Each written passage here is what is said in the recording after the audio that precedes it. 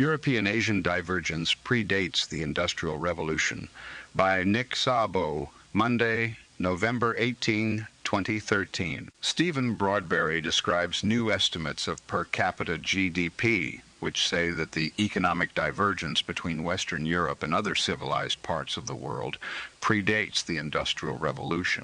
This is more consistent with my own theories than the idea that the Great Divergence magically appears from nowhere around the year 1800. Nevertheless, I feel compelled to point out shortcomings in these kinds of estimates on any side of such debates.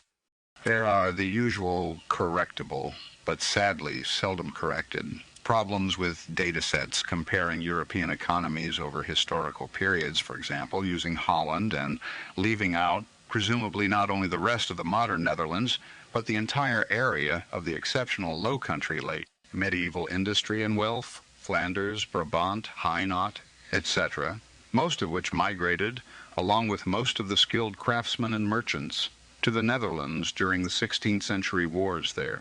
The southern Low Countries, until those wars, were the leading centers of European textile manufacture and probably also had the most labor-productive agriculture. Worse are these and all other attempts to compare historical European wealth or income to those of non-European cultures before the era of cheap global precious metals flows. Initiated by the exploration explosion, allows comparison of prices. How do you compare the wealth or income of rice-eating and cotton-wearing Chinese farmer to a milk-drinking, oat-eating, and wool-clad Scottish peasant? It is neither very useful nor very reliable to try to reduce such cultural and even genetic differences to mere numerical estimates.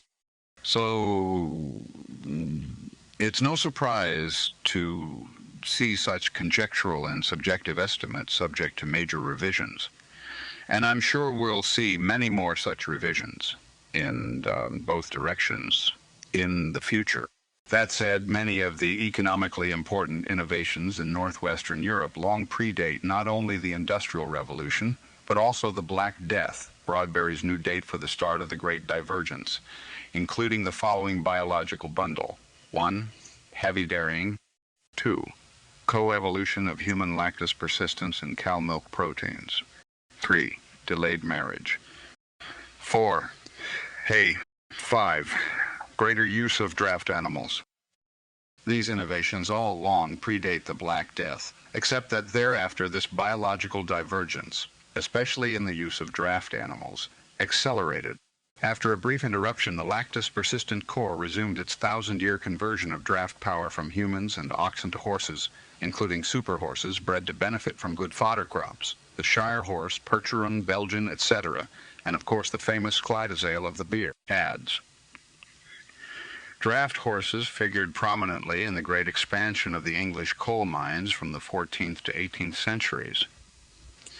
They both pumped the mines and transported the coal to navigable water.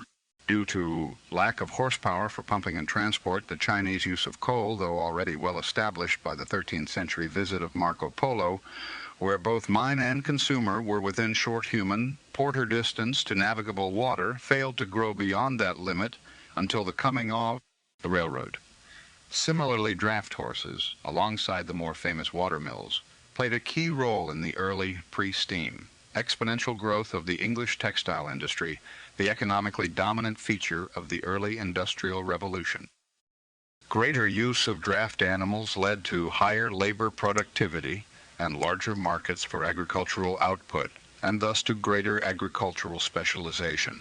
Higher labor productivity implies higher per capita income, even if it can't be measured. For civilizations outside Western Europe, by contrast, much less use was made of draft animals, with the result that these effects were confined to within a dozen or less miles of navigable water. Contrariwise, Northern Europe has always been at a severe ecological disadvantage to warmer climates when it comes to growing rice, cotton, sugar, and most other economically important crops. However, these seem not to have had an anti-Malthusian effect in increasing labor productivity.